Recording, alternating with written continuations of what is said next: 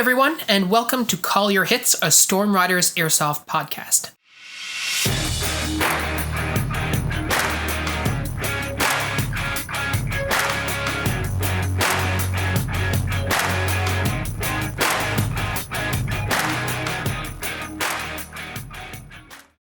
Thanks for joining us, everyone. Before we get into today's episode, I just want to take a second to talk a little bit about where we are at with regards to Bill C-21. If you didn't check out last week's podcast, you may also have heard independently that there is a bill currently being debated in the Canadian House of Commons called Bill C-21, which, amongst other things, is going to change the airsoft's legal status and make them replica firearms, which in Canada would make them prohibited devices. As you can imagine, that's caused us a lot of stress over the last week. But the good news so far is that there has really been a national response from airsoft players around the country. But not just players, but also businesses that would be impacted by this bill. And a lot of lobbying has been done at the federal government level. We've had businesses and airsoft players calling and meeting with different members of parliament. Some of our representatives actually met with the staff of the member who put forward Bill C-21 in the House of Commons to have a discussion. And we're recording this on Thursday, February 25th, and the bill is set to be debated for the second time in the House tomorrow, Friday, February 26th. So at this time, things are still very much up in the air, but we are making really good progress at getting our message across. So there is some agreement by some politicians that perhaps targeting toy guns with this bill is a little outside of the scope of what they're trying to achieve. But that's something that's going to be debated in the House, and we'll have more to update you on this next week, hopefully. But until then, let's get to the episode. Yeah, absolutely. It's worth noting that, we're trying to keep chill about this. We're trying to keep calm about it. But I think that both Phil and I have spent an unreasonable amount of time in the last week just singing the Doom song over and over in our heads because this is scary times for airsofters, right? And I don't want to undersell that. Mm-hmm. But the great thing is we've seen airsofters from all around the country come together and work on this and really put a positive message out there that we have a really great hobby. This is a very great sport that has a lot of benefits, including economic benefits. And putting all that away with Bill C-21 would be kind of like, throwing the baby out with the bathwater. And it's super cool to see the airsoft community come together like this and to see politicians be willing to talk to and listen to us about it. The willingness to sit down and talk to us about it, I feel is promising. Yeah, I definitely agree with that sentiment. So as I said, we'll keep you updated as this situation progresses, and we'll have more for you in our podcast next week. But until then, let's get into the episode. Yes, absolutely. So this week, we are planning to talk to you guys about what a typical day of airsoft looks like in our perhaps overly practiced experience. Yeah, it's so funny. I had this thought was prompted in me by a comment that I read on one of our videos. It said, oh yeah, finally, a how to play airsoft video. It's been like 3 years. So, pretty sassy. But as I thought about it, I'm like, one of the things that we typically don't talk about is what is it actually like to play a day of airsoft, right? So we talk a lot about, what to do during games and, milsim and milsim adjacent games and like tactics and procedures and all this kind of stuff. But like, if you're a new player or a relatively new player to airsoft, that doesn't necessarily give you a good idea of what to expect if you're going to hit the field, right? Yeah, we definitely have done, I don't think we've done a poor job, but we haven't done a great job of getting into, what a day of going to play airsoft looks like for us, for sure. And we talked a little bit in a couple of our previous episodes that it's easy to think that your airsoft scene sucks in comparison to other airsoft scenes because you don't really necessarily know what it actually looks like. You only see the best of. And part of airsofting is just like all these little rituals and sort of the routines that you get into before you actually hit the field, right? And then what your actual day of airsoft, when it's a random skirmish, is, pretty, not necessarily unique, but will vary from community to community. So we thought it'd be a good idea to talk about what that actually looks like for us. And then maybe you can add your comments and your thoughts about how that compares and contrasts to what you experience in your community. And is this similar? Is it different? And how is it different? We really want to get a feel for, whether or not some of the play stuff is the same, but also whether or not some of sort of the silly and or entertaining stuff is the same. Yeah, absolutely. And I guess the first place to start with this is really the lead up to airsoft. So I don't know about you guys, but I have a lot of different rituals that I go through the night before an airsoft game. I myself sacrificed several chickens. Yeah, dark rituals. You can get your dark ritual for your 3 mana after you sacrifice those chickens. Oh my god, we've admitted we're nerds. But like when I talk about ritual, I mean like just steps that you follow, right? Like you can have a ritual about anything. Like I have a ritual about how I make my coffee in the morning, right? But I also have one for airsoft. And so for me, the night before the airsoft game, there's a bunch of things that I always do. So number one is I'm going to start charging my batteries. And I want to make sure my batteries are charged before I go to bed because I don't want to leave the charger on when I'm sleeping for a couple of reasons. One, because I don't want to leave my batteries charging unattended. That's generally a bad idea. But two, it beeps fairly loudly when it's done charging, and my airsoft gear is in the room next to my bedroom, and that would wake me up. So I'm not going to go for that. So I charge my batteries while I'm still awake. It would also wake up his wife. Yes, and well, that's important. There's that too, yeah. So I charge my batteries, and then I load my mags, because I don't want to show up to the field with unloaded mags. We talked about it in one of our videos, and in terms of gear preparation and stuff. You want to show up with your gear squared away. So I load my mags, and I pack my bag. I do all of that the night before. I make sure that all my mags are set. My everything I'm going to take is ready to go, so that the next morning I can A, sleep as much as I need to, and really just put on my BDUs and step out the door.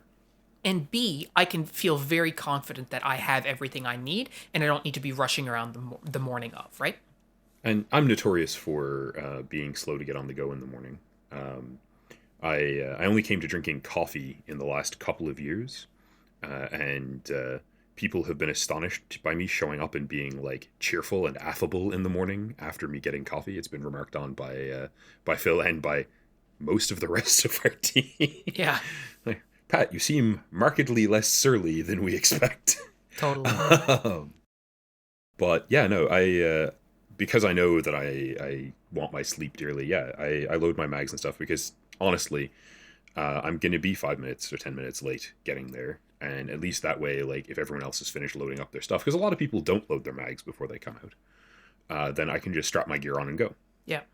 And where one of our regular airsoft fields is, a bit of a hike in, it means that I can leave before everyone else leaves the parking lot if I'm surly and don't have a chat, and can enjoy sort of the walk in the woods in the morning.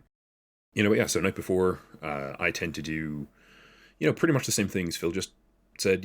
I'll add to it, I do tend to sort of disassemble my pistol and clean it, make sure my pistol mags are working, put a little bit of silicone on the O-rings and stuff to just make sure that everything's right and tight in that regard, because the pistol does require a little bit more maintenance, and I hate it when they don't work. Yeah.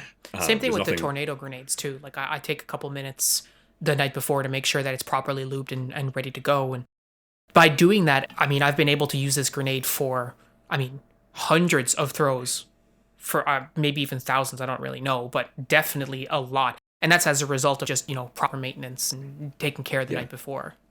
Yeah, absolutely. And to be honest, it's one of those sort of like, get in the airsoft mood, put on some sort of heavily shooting involved cinema, and, do that maintenance. And, it's chill. Like, it's very comfortable. But it puts me in a good headspace for it the next day. And one of the recurring things in our airsoft play is showing up. We've done it. We've shown up with our batteries charged, or with batteries that are like, oh, that was not nearly as charged as I thought it was for whatever reason. Mm-hmm.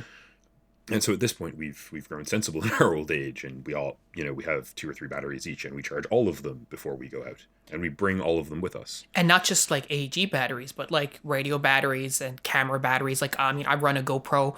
We have a spare GoPro that we sometimes use. I have batteries for all of them because, maybe nobody wears that spare GoPro. That's fine. Maybe my battery doesn't run out during the day. That's fine too, but I'd rather have them and not need them, right? Another thing that's very important is that I check my gear as well, right? And I don't wait till like 11 o'clock at night to plug a battery into my gun and pull the trigger. Like, I'll do that at like, 7:30, 8 o'clock, so that if it doesn't work, I have enough time to contact Pat or, somebody else on the team and say, hey, my gun is not working. Can we work on it? Or do we have a spare that I can use for the next day? Can you bring it? Because I don't want to be dealing with that at 11 o'clock at night. I want to make sure that I have enough time. I give myself enough time to address the problem, to address the situation, so I can come to the field prepared. Or if I know there's no solution, well, I put all my gear away and I don't worry about getting up the next morning. Yeah, that's fair. And I have to admit, I don't actually necessarily do that, but at this point I have enough guns and enough sort of faith in them that if I pull the trigger on one and it doesn't work for some reason at 7:30 when I plug in the battery before I put it in the gun bag. Yeah, okay, cool. I'll just bring the Garand or the Thompson or whatever else. Yeah. The spare M4 or the spare M4. I do check my guns before I leave the house, but usually they're the last thing that goes in the bag because that's the piece that takes no time, right? Yeah. But call it a ritual, call it a checklist. Yeah, load the mags, make sure the mags are all working before I load them. In terms of the gas mags, clean the gas gun, make sure it's all lubed up and good to go. Make sure that the batteries in my optics work. Yep. Make sure that I have spare batteries for my optics in my bag ready to go as well, because having them not work sucks. Yeah. We've talked in the past, and I think you can't overstate it. You need to be self-reliant with your kit, right? One person, one kit. You carry the stuff that you're going to need, and you carry the stuff that you're going to need if the stuff that you need doesn't work for some reason. You don't want to be the one going around the safe zone going, does anyone have an Allen wrench? Does anyone have a screwdriver? Does anyone have a AA battery? Sure, those people are out there, and if you can help them out, that's great. But as much as possible, you want to prepare for these situations. And to be honest, if this is not your first airsoft game, you likely have experienced some, if not all of these failures. Like having an optic with a dead battery, getting to the field with your battery not charged. These are things that you probably have experienced. And you, at this point, if this is your second or third or fourth or more airsoft season, you ought to know better, right? And I mean, I think it's fair for us to say that it took us longer than it should have to get our shit together. We've done this, we've reached the point where we do have that sort of I need this and this and this, and I should make sure that, the spare batteries in the backpack and everything, because each of us has played a couple of days worth of airsoft where we're like, oh yeah, it'd be great if I had the optic that I spent $100 on with a battery in it. That would be really cool. Totally. And it, the first time you're like, oh, this sucks. The second time you're like, I'm an idiot. And after that, you tend to try to fix it. Yeah, totally. So then you get all your gear ready, and then ideally, as much as possible, you probably want to get enough sleep the night before, right? Even if it's just a skirmish game or whatever, if it's a bigger game, you definitely want to make sure you're getting enough sleep and stuff like that. But if it's just a skirmish or whatever, I mean, you just can show up in whatever states. There are guys who've showed up and they're very hungover and they're like, I'm not running because I'm going to throw up and all this kind of stuff. And that's all hilarious. But if you want to make sure you have a good experience, my recommendation to you as one human being to another is, insofar as possible, try and get enough sleep. You don't need 10 hours, but 7 or 8 hours would be great, right? Let's say you get enough sleep or not. I mean, that's your problem. That's your cross to bear, so to speak. But then you're going to show up to the game. Here's the thing. Most people arrive at the airsoft field at what we like to call airsoft standard time, which is, generally speaking, half an hour after they should have arrived. So if the game starts at 10, they show up at 10. But guess what? When you show up at the field, you will not be playing airsoft immediately. There's a bunch of stuff that needs to happen before you can actually start playing an airsoft game. Generally speaking, you will need to extract your kit from your vehicle. You will need to put on a lot of your kit. You might be wearing your BDU, but you certainly didn't drive to the game, likely wearing your plate carrier. If you are pump the brakes tough guy, most of us actually just pack it in our car.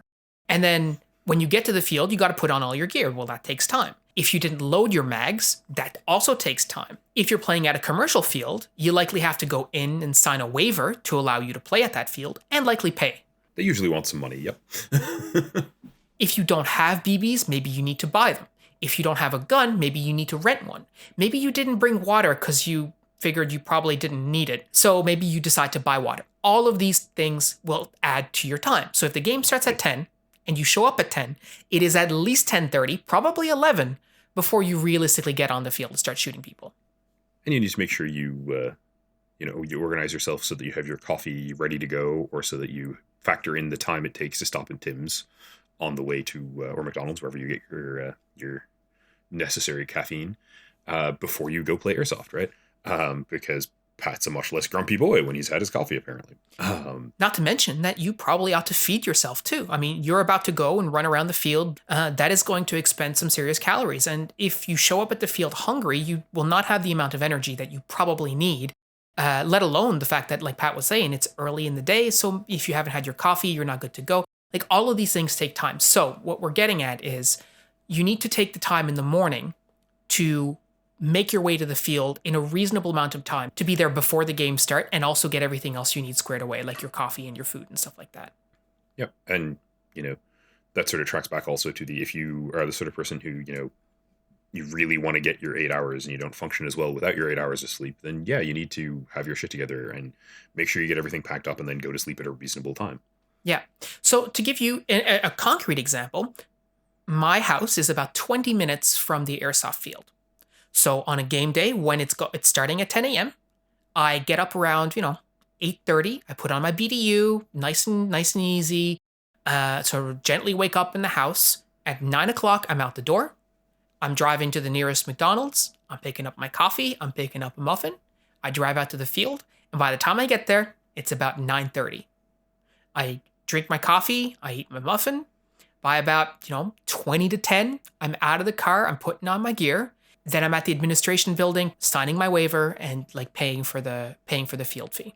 That's the kind of schedule you want to set for yourself. You really want to be smart. And I recognize that some people may not be driving themselves, right? They may be getting a lift with somebody else, and that's all fine and dandy. But insofar as possible, you want to organize yourself to make sure that you're getting to the field at a reasonable amount of time. Because at the end of the day, do you want to be the guy who everybody's waiting for? Probably not, right?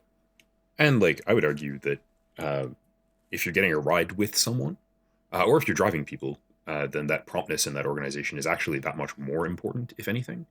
If you're getting picked up, have your stuff ready to go so that the person doesn't have to wait 20 minutes. Yeah.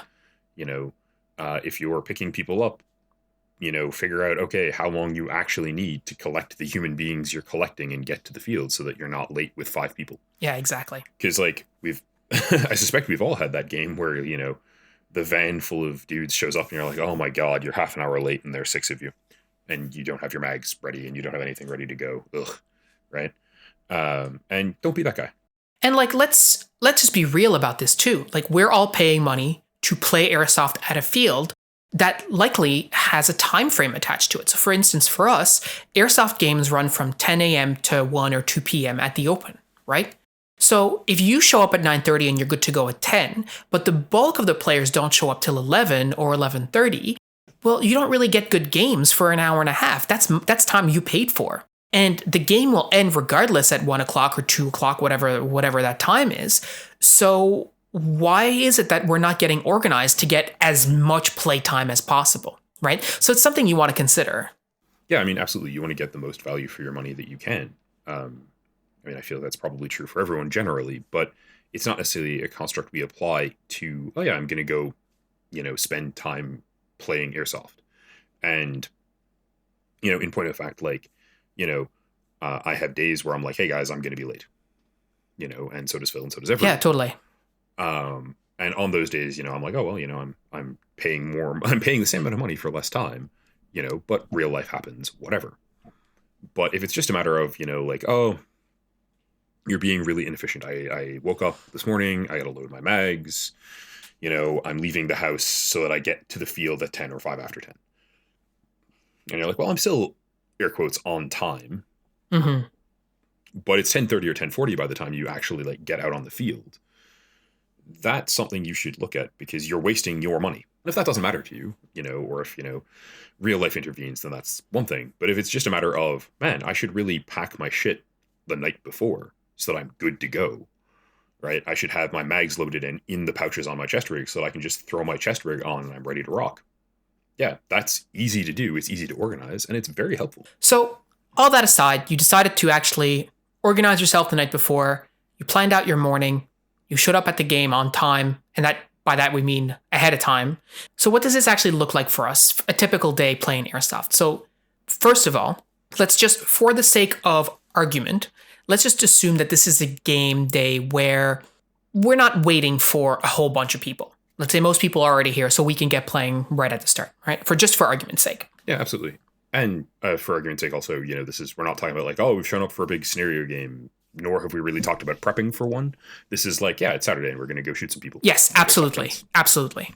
So we're good to go. We hit the field. So what will generally happen is once all our gear is prepped and we're good to go, we walk onto the field with our goggles on, and then we walk to the safe zone on the field, which is roughly in the middle of the field, right?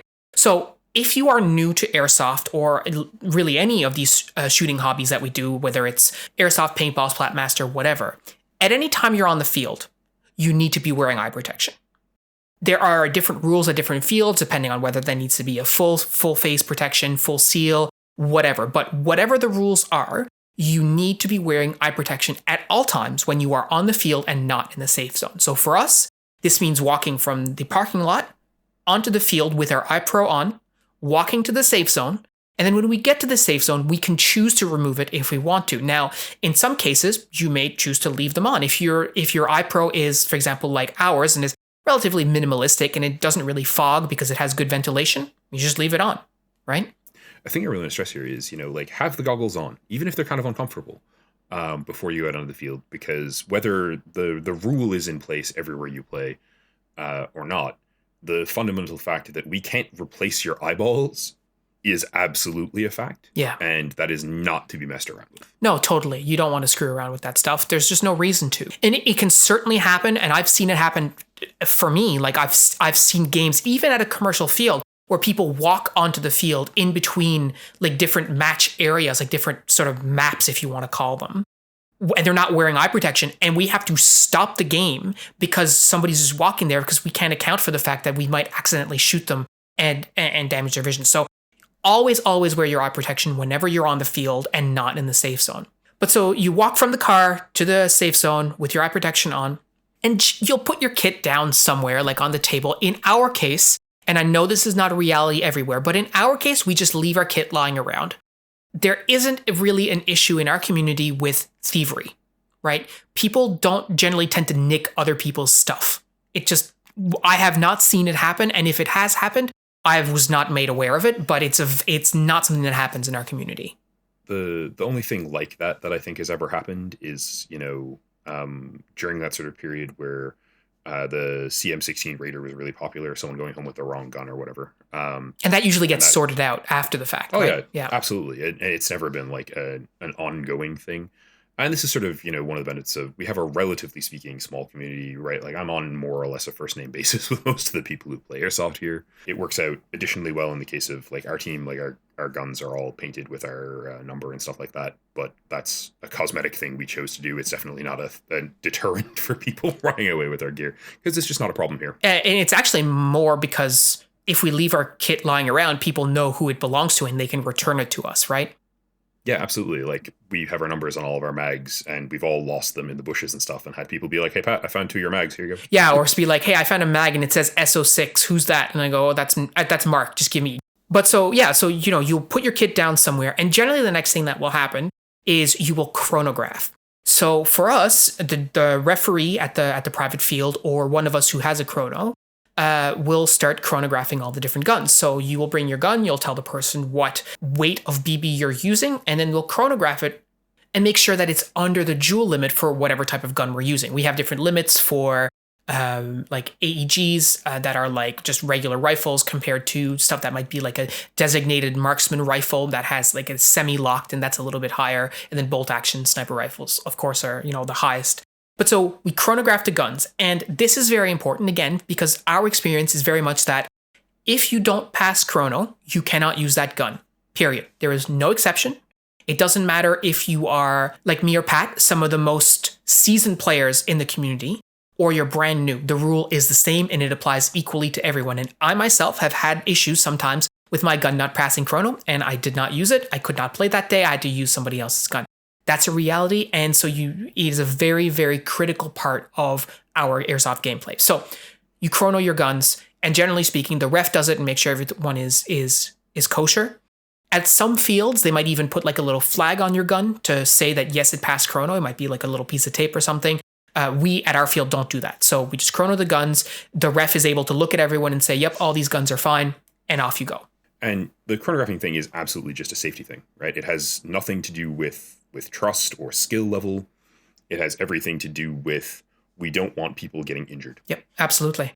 I'm not going out to airsoft to hurt anybody. And I would feel very, very bad if I accidentally caused injury to somebody else. Like, I think I would be absolutely mortified if that happened.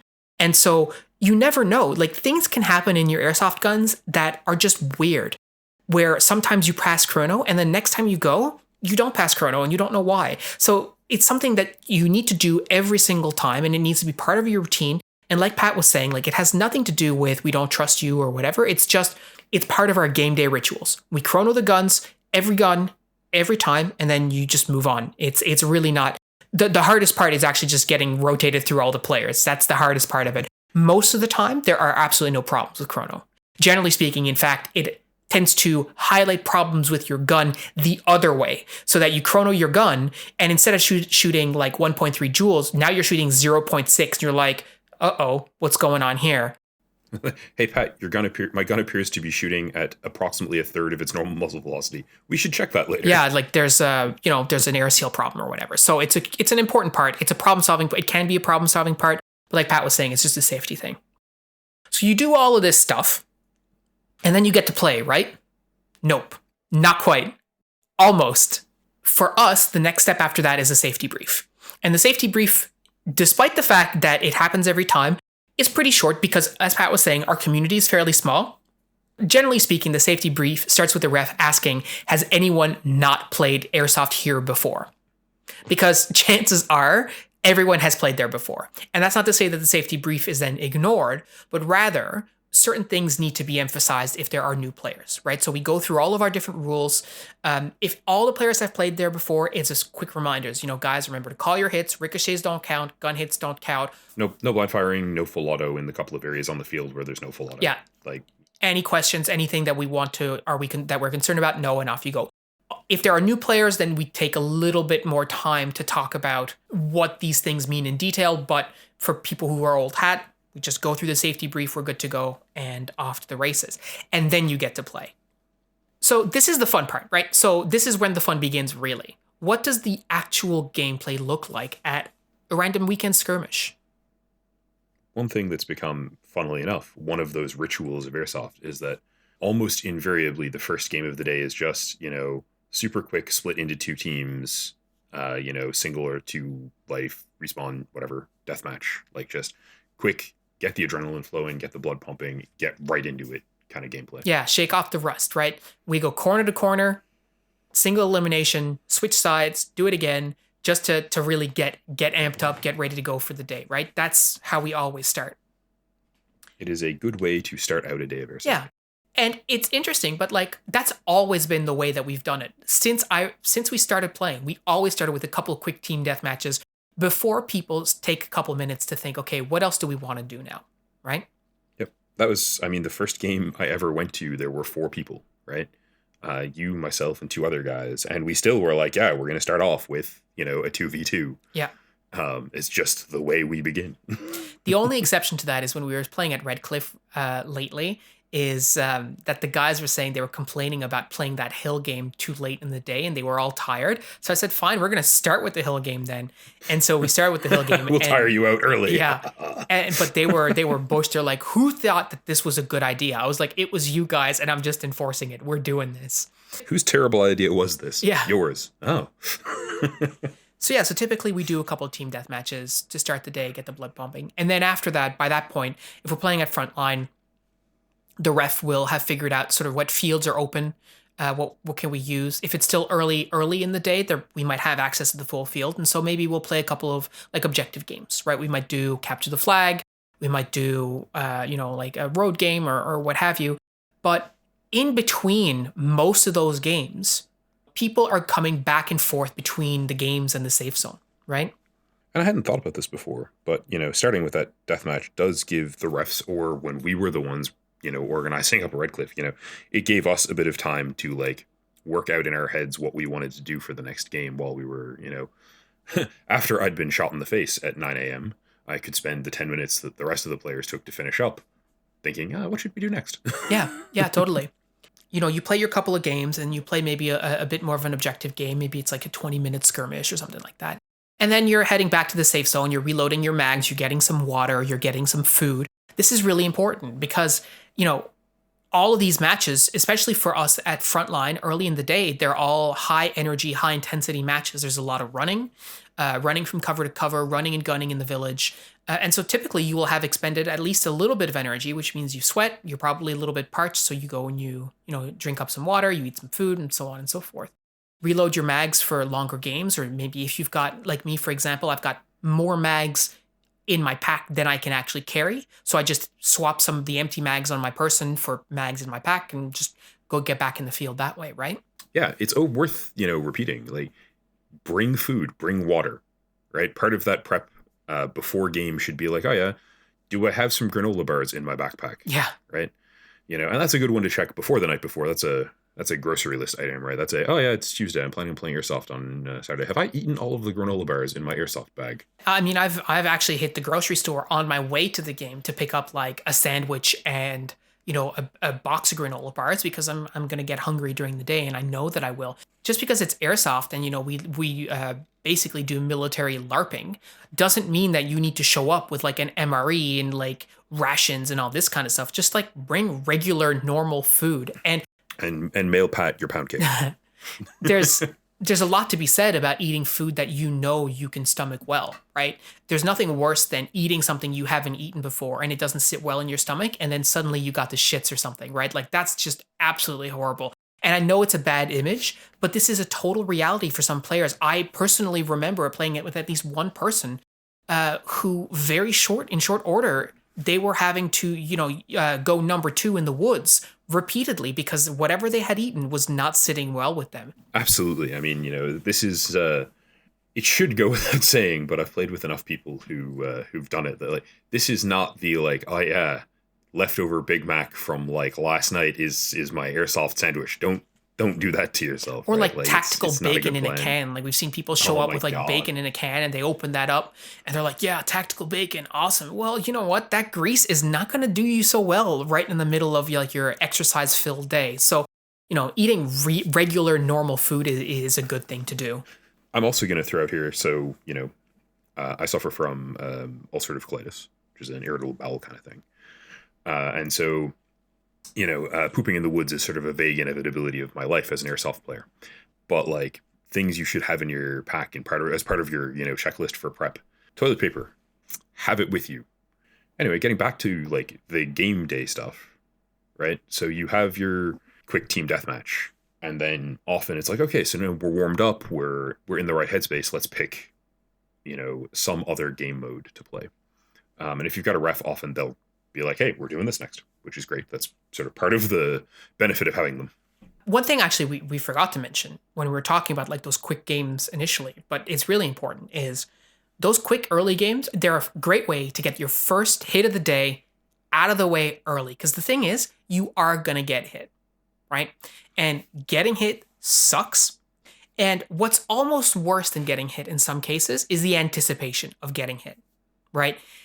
When you get hit the first time and you're like, oh, that stings, that sets that baseline for you. And I have played airsoft for 15 years. And that anticipation of getting hit is almost always worse than the actual hit. And getting it out of the way early means that for the rest of the day, it's not that big a deal. The thing is, you also are going to get hit throughout the day. And some of it is going to be worse than others, right? Sometimes you get hit in the plate carrier, you get hit in the helmet, you get hit in the boot or the knee pad. Or maybe you get hit in the glove or on the gun or whatever, and you don't feel it as much. But there's other cases where you're going to get hit in a fat roll on your side or on your underarm, right? Or on your face if you're not wearing face protection like I don't. Sometimes you get hit in the cheek, right? My personal favorite, sometimes you get shot in the earlobe. Ugh. In the earlobe, you get shot in the nose, on the tip of the nose, on the lip. Or, if you're not wearing a plate carrier, you get like shot in like the chest and the nipples and stuff. And all of that really hurts. And well, some of the fleshy bits are more painful than others, right? So another thing that you will experience during your game of airsoft is that little bit of pain from getting hit. But the sooner you experience it, the better off you will be for the rest of the game, because that's probably not going to hold you back as much. Rather, if you've had like your perfect game so far, where it's like game 1, game 2, game 3, maybe even game 4, you haven't taken a single hit. You definitely don't want to lose that streak, right? And you definitely are like, oh boy, when is it coming? Like, it's going to be bad or whatever. You get in your own head. So getting it out of the way early is really great. I mean, if you're like me, you're just, you're 5 minutes in, you're like, haha, I've been shot in the face. All right, it's a good day. We have begun. This is what your day is going to look like. You're going to play a couple games. You're going to take a couple breaks. You're going to eat some food. You're going to get shot a whole bunch. You're going to shoot other people a whole lot too.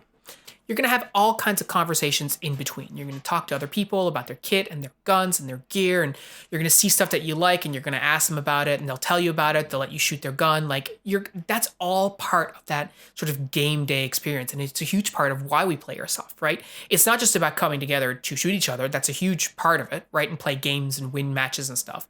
But it's just the camaraderie. We all have this shared common experience. It's bringing us together, all these people from all different walks of life. You know, you've got your high school teachers and the guy who works for an insurance company and the guy who's a veteran and who owns a small business in the community.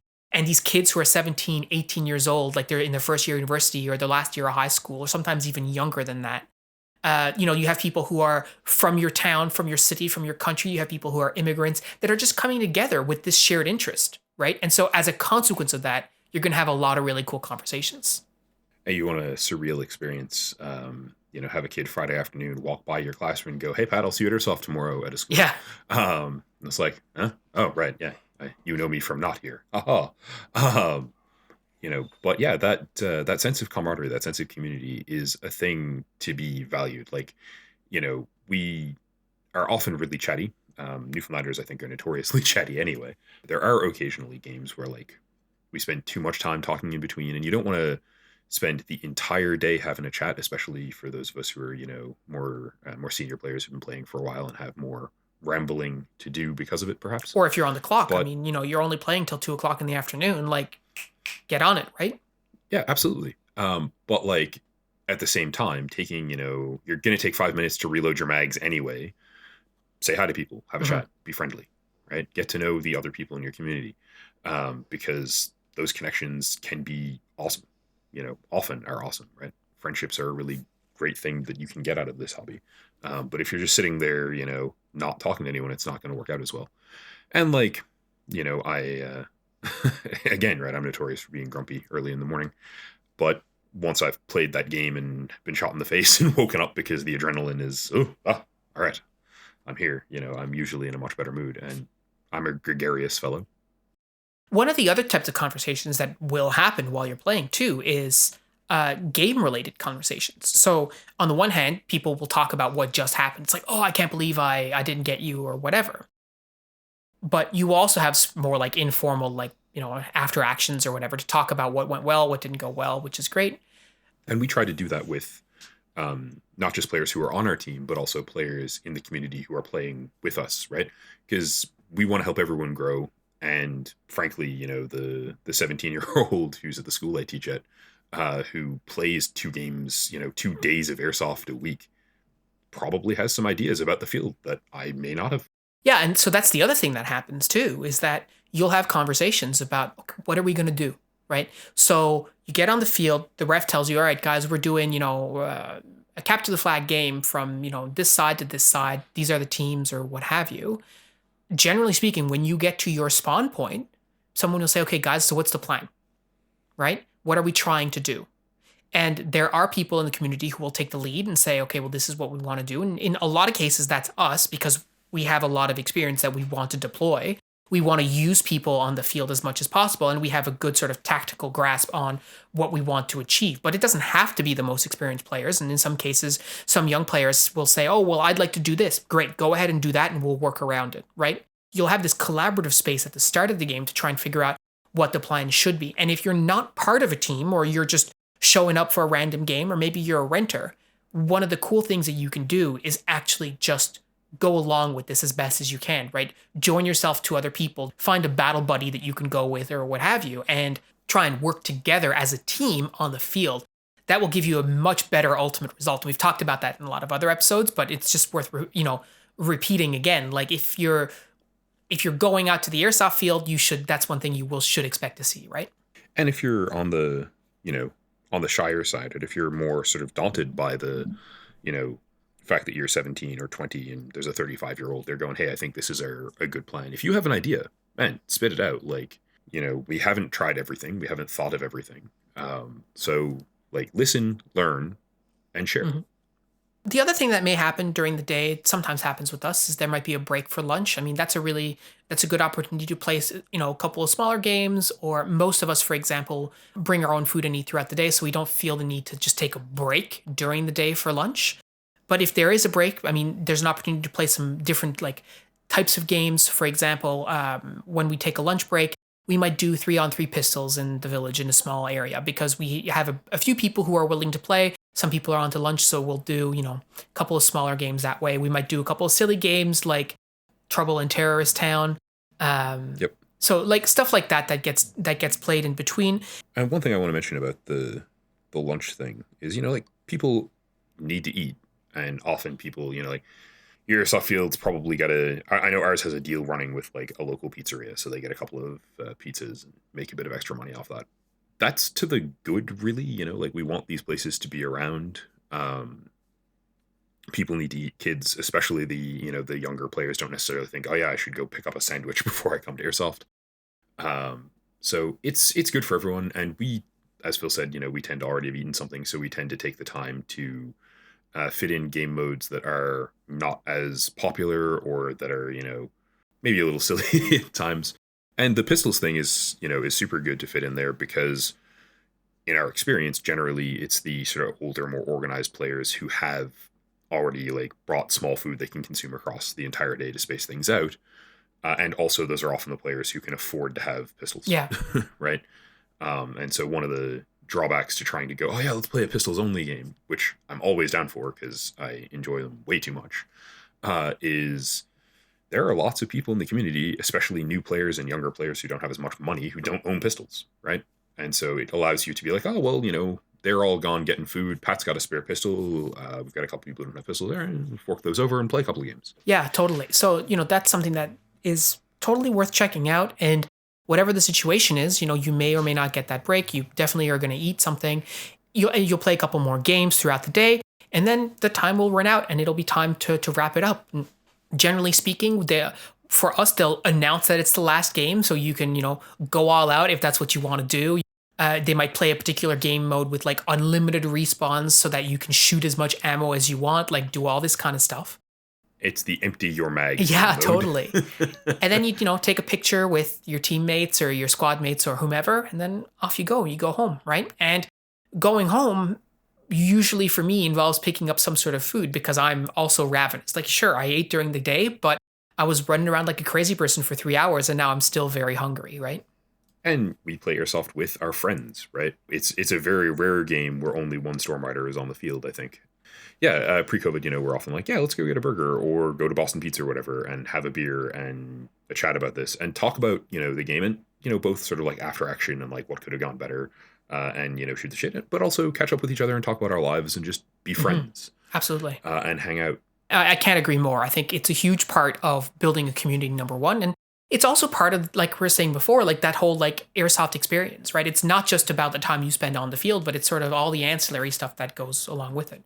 So when you think about what is it like to play airsoft, what does a typical like random skirmish day look like? It involves all of these things. It involves your prep, it involves hitting the field, it involves a safe zone, it involves playing your games, and it also involves sort of the after, right? Of the going home, getting some food, hanging out with some people as well, and just talking about the games, right? So if you are new to airsoft and you're going to play with a couple friends, that's certainly something that you can expect. And if you are a returning player and you've played many seasons and that hasn't been your experience, then maybe you give it a shot, right?